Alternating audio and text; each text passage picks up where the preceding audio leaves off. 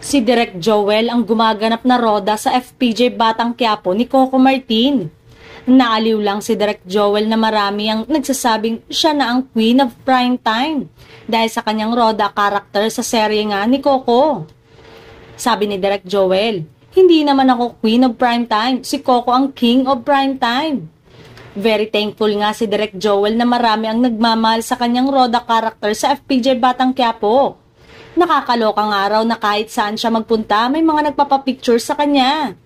Roda na rin ang tawag sa akin ng mga tao, hindi na Direk, say pa niya. Kahit nga raw kapag nagpunta siya sa mall, ay may mga nagpapapicture na sa kanya. Na-appreciate ko naman yun, okay lang sa akin, say niya. At hindi nga raw niya magsasabing nawawala na siya ng privacy. At hindi nga raw agad-agad mawawala ang roda karakter ni Direk Joel sa nasabing serye.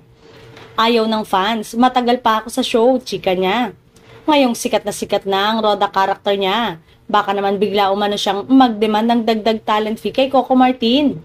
Si Coco kasi ang producer ng FPJ Batang Quiapo. Hindi naman, hindi ako hihingi ng increase. Okay naman ang TF ko, binayaran naman nila ako ng tama. Tsaka ayoko magpadagdag. Ang daming binabayaran ni Coco sa show, maggastos ang bawat taping namin. Tsaka hindi naman ako lugi sa TF ko, pero aminado nga si Direk Joel na mas malaki pa rin ang kinikita niya bilang isang direktor.